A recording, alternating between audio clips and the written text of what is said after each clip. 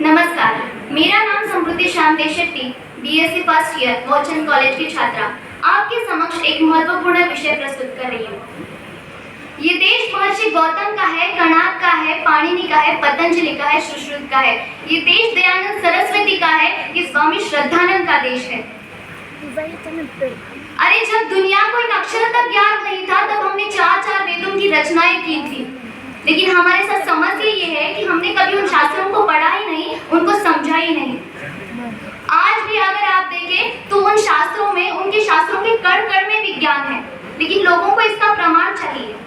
और ये यदि कोई ये इंग्रजी में सिद्ध कर दे तो हम उस पर तुरंत मान लेते हैं। प्रमाण चाहिए तो चलिए प्रमाण से शुरू करते हैं।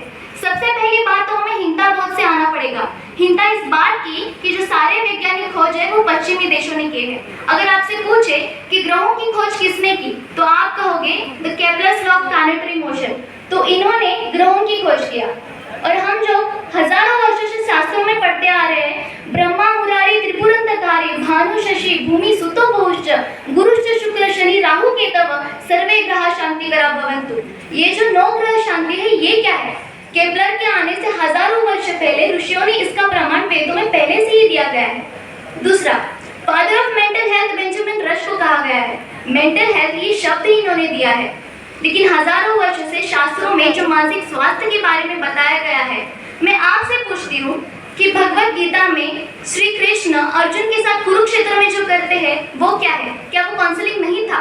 श्रीमद् भगवत गीता में मानसिक रोग कहाँ से उत्पन्न होता है और उसकी परिणति कहाँ तक है, इसकी पूरी व्याख्या दी गई है।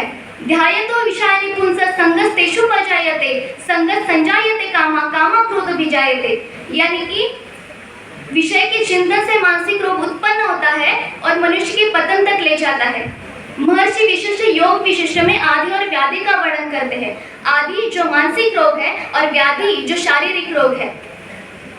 तीसरा, सूर्य ग्रहण और चंद्र ग्रहण कब होगा ये हम कोई ऑब्जर्वेटरी बताने के बाद मानते हैं, लेकिन आज भी हजारों वर्षों से पंचांग में जो तिथि, जो समय, जो मिनट, जो घंटा दिया है, आज भी इसी समय पर सूर्य ग्रहण और चंद्र ग्रहण होता है।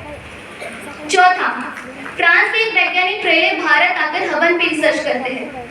हवन में जो लकड़ियां इस्तेमाल की जाती है वो आम के पेड़ों की होती है, जिसके जलने पर एक गैस उत्पन्न होता है जिसका नाम है फॉर्मिकाल्डिहाइड, और वो वातावरण में रहने वाले सारे हानिकारक बैक्टीरिया को नष्ट करता है और वातावरण को शुद्ध करता है। और ये प्रक्रिया तो हजारों वर्षों से ऋषियों के द्वारा आज तक चली आ रही है। पांचवा, महर्षि सुश्रुत ने सर्जरी का इन्वेंशन किया। सुश्रुत संहिता में 300 ऐसे सर्जिकल प्रोसीजर्स भी दिए गए। उन्होंने 121 सर्जिकल इंस्ट्रूमेंट्स का भी इन्वेंट किया। ये एक नहीं, ऐसे हजारों प्रमाण हैं और इस बात का कोई मतलब नहीं बनता कि जो सारे वैज्ञानिक हैं वो सारे पश्चिमी देशों ने उन्होंने खोजे की। अब आखिर आप ये भी तो सोचिए कि जो सारे वैज्ञानिक हैं जैसे कि Newton, Albert Einstein, Tesla, Dalton, Darwin, Edison, ये सारे 19वीं शताब्दी से क्यों है? ईसाइयत का जन्म तो 2000 पूर्व का है, तो 1500 साल पहले जिन लोगों को ठीक से रहना तक नहीं आता था, आखिर 16वीं शताब्दी से ऐसा क्या हुआ कि वैज्ञानिक और वैज्ञानिक खोजों की श्रृंखला लग गई। 16वीं शताब्दी में ईस्ट इंडिया कंपनी भारत आई। उन्होंने हमारे शास्त्रों को बड़ा उनका ट्रांसलेशन किया और हमने क्या किया? मुगलों के प्रभाव में आकर उन शास्त्रों को बंद करके रख दिया। आइंस्टाइन कहते हैं कि वो उपनिषद से प्रेरित है।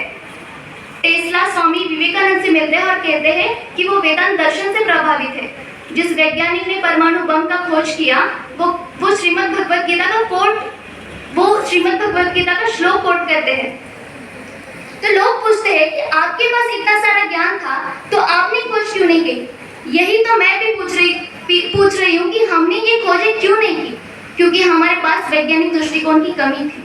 तो चलिए आज हम और आप दोनों मिलके इन शास्त्रों को वैज्ञानिक दृष्टि से देखते हैं और भारत को फिर से आध्यात्मिक और वैज्ञानिक इन दोनों शिखरों पर पहुंचाने का प्रयास करते हैं। और इस विषय को गंभीरतापूर्वक लेना बहुत जरूरी है, क्यों नहीं तो ये विज्ञान यहीं पे समाप्त हो जाएगा और हम आखिरी पीढ़ी होंगे जो इसके बारे में बात कर रहे होंगे। So let us come together and build an incredible India. Thank you. Preeti Sanjay Bansode, Balchandra college of arts and science, Solapur. Preeti Sanjay Bansode.